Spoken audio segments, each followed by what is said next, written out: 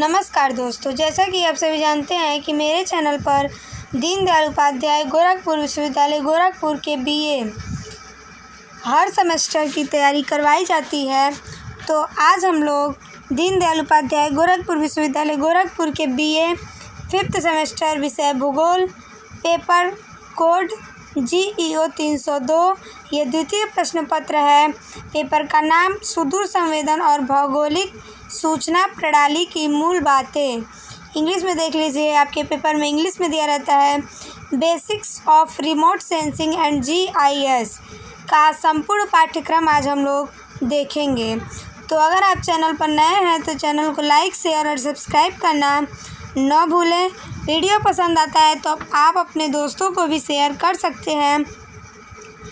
आप लोगों को कल मैंने इसी सेमेस्टर मतलब दीनदयाल उपाध्याय गोरखपुर विश्वविद्यालय गोरखपुर के बीए 5th सेमेस्टर विषय भूगोल पेपर कोड जो कल था वह GEO 301 था। उसके संपूर्ण पाठ्यक्रम को बताया, जिसमें आप लोगों को प्रादेशिक भूगोल या क्षेत्रीय भूगोल पढ़ना है और सेकेंड पेपर में आप लोगों को सुदूर संवेदन और भौगोलिक सूचना प्रणाली की मूल बातें यानी कि बेसिक रिमोट सेंसिंग और GIS आप लोगों को सेकेंड पेपर में पढ़ना है। इसके संपूर्ण पाठ्यक्रम को आज हम लोग देखेंगे। तो आइए देखते हैं। पहला है इकाई फर्स्ट में आप लोगों को पढ़ना है रिमोट सेंसिंग की परिभाषा और इतिहास, सेंसर के प्रकार। तो थोड़ा सा मैं बता देती हूँ कि रिमोट सेंसिंग इसको हिंदी में जो कहते हैं वो सुदूर संवेदन कहते हैं। और सुदूर संवेदन का अर्थ क्या होता है, यानी कि रिमोट सेंसिंग का अर्थ क्या होता है, तो बिना स्पर्श किए हुए सूचना ग्रहण करना। और रिमोट का अर्थ होता है दूर तथा सेंसिंग का अर्थ होता है पहचानना। सुदूर संवेदन शब्द का प्रयोग सर्वप्रथम पहले कौन किया था, आपसे अगर ये पूछे तो एवलिन प्रूट महोदय ने। और सेंसर कितने प्रकार के होते हैं, तो 2 प्रकार के, एक निष्क्रिय और एक सक्रिय। आगे देखते हैं। सेकेंड यूनिट में आप लोगों को पढ़ना है सुदूर संवेदन तंत्र, सुदूर संवेदन का सिद्धांत, वायुमंडल और पृथ्वी की सतह के साथ EMR की अंतःक्रिया। आप लोगों को सेकेंड यूनिट में यही पढ़ना है कि सुदूर संवेदन तंत्र क्या होता है, सुदूर संवेदन के सिद्धांत क्या हैं और सुदूर संवेदन वायुमंडल और पृथ्वी की सतह के साथ EMR की अंतःक्रिया क्या होती है उसके बारे में पढ़ना है। आपसे पूछा जा सकता है कि किस प्रकार के सुदूर संवेदन में सूर्य ऊर्जा का प्राथमिक स्रोत होता है, तो वह निष्क्रिय वाले में, मतलब निष्क्रिय सेंसर में। और SAR क्या है, तो इसका फुल फॉर्म होता है सिंथेटिक एपर्च रडार। सुदूर संवेदन सूचना की कैसे रिकॉर्डिंग है, तो यह गैर संपर्क रिकॉर्डिंग होता है। और सुदूर संवेदन शब्द का प्रयोग सबसे पहले कब हुआ था, तो 1960 ईस्वी में हुआ था। और राष्ट्रीय सुदूरस्थ संवेदन अभिकरण की स्थापना किस सन में हुआ था, तो वह 1966 ईस्वी में हुआ था। सुदूर संवेदन का क्षेत्र क्या क्या है, तो उसमें भूविज्ञान, मौसम विज्ञान, मानचित्र कला और आदि। रिमोट सेंसिंग शब्द को मैंने बताया कि उसको सर्वप्रथम एवलिन प्रूट महोदय ने इस शब्द का प्रयोग सर्वप्रथम किया था। और आपसे अगर ये पूछे कि तरंग आवृत्ति को किस चिन्ह द्वारा प्रदर्शित किया जाता है, तो ग्रीक भाषा का न्यू, ये ऐसे उल्टा N की तरह बनाया जाता है। आगे देखते हैं। हम लोग को थर्ड यूनिट में पढ़ना है GIS का परिचय, परिभाषा और स्थानिक परिभाषा और घटक, स्थानिक और गैर स्थानिक डेटा प्रकार, रोस्टर, वेक्टर और विशेषता। ये है आप लोगों का विशेषता डेटा। ये थर्ड यूनिट में आप लोगों को पढ़ना है। तो GIS का जो हिंदी में अर्थ होता है वो होता है भौगोलिक सूचना प्रणाली। इसका प्रयोग सर्वप्रथम कौन किया था, तो डेली और डेवन मार्वल महोदय ने। और भौगोलिक सूचना प्रणाली शब्द का सबसे पहले उपयोग किस सन में किया गया था? तो वह था 1965 ईस्वी में। भौगोलिक सूचना प्रणाली का कार्य क्या होता है? तो आंकड़ों का अभिग्रहण करना, आंकड़ों को एकीकृत करना, आंकड़ों का विश्लेषण करना, आंकड़ों का ढांचा बनाना, आंकड़ों का विश्लेषण करना, आंकड़ों का ढांचा बनाना और प्रक्षेपण एवं पंजीकरण करना। स्पेस शब्द का हिंदी रूपांतरण क्या होता है? तो वह देश होता है। और अगर प्रश्न ये पूछे कि भौगोलिक सूचना प्रणाली का विषय क्षेत्र क्या है? तो भूकर मानचित्रण, यांत्रिक मानचित्रण, परिवहन मानचित्रण, परिवहन मार्गों का नियोजन, धरातलीय सूचना तंत्र, पर्यावरण प्रभाव विश्लेषण, सर्वेक्षण, प्रादेशिक नियोजन।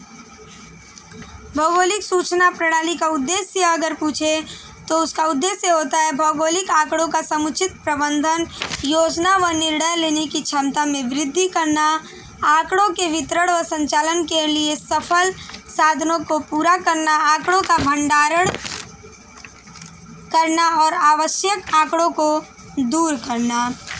अगर आपसे वेक्टर मॉडल और रास्टर मॉडल में अंतर पूछे तो जो वेक्टर मॉडल होता है इसका यह बहुत अधिक जटिल आंकड़ा संरचना युक्त मॉडल होता है और रास्टर मॉडल जो मॉडल होता है वह सुगम डाटा मॉडल होता है। मॉडल को कितने भागों में विभाजित किया गया है? तो 4 भागों में, लक्ष्य आधारित मॉडल, जॉल आधारित मॉडल, फील्ड आधारित मॉडल और धरातलीय आंकड़ा मॉडल। आगे हम लोग देखते हैं 4th यूनिट में आप लोग को पढ़ना है हवाई फोटोग्राफी का इतिहास, सिद्धांत, प्रकार और हवाई फोटोग्राफ की ज्यामिति, उपग्रह से प्राप्त आंकड़ों का परिचय। ये आप लोगों को 4th यूनिट में पढ़ना है। अगर प्रश्न आपसे ऐसे पूछे कि रिमोट सेंसिंग सूचना की एक रिकॉर्डिंग है तो संपर्क और गैर संपर्क। अगला प्रश्न आपसे पूछा जा सकता है कि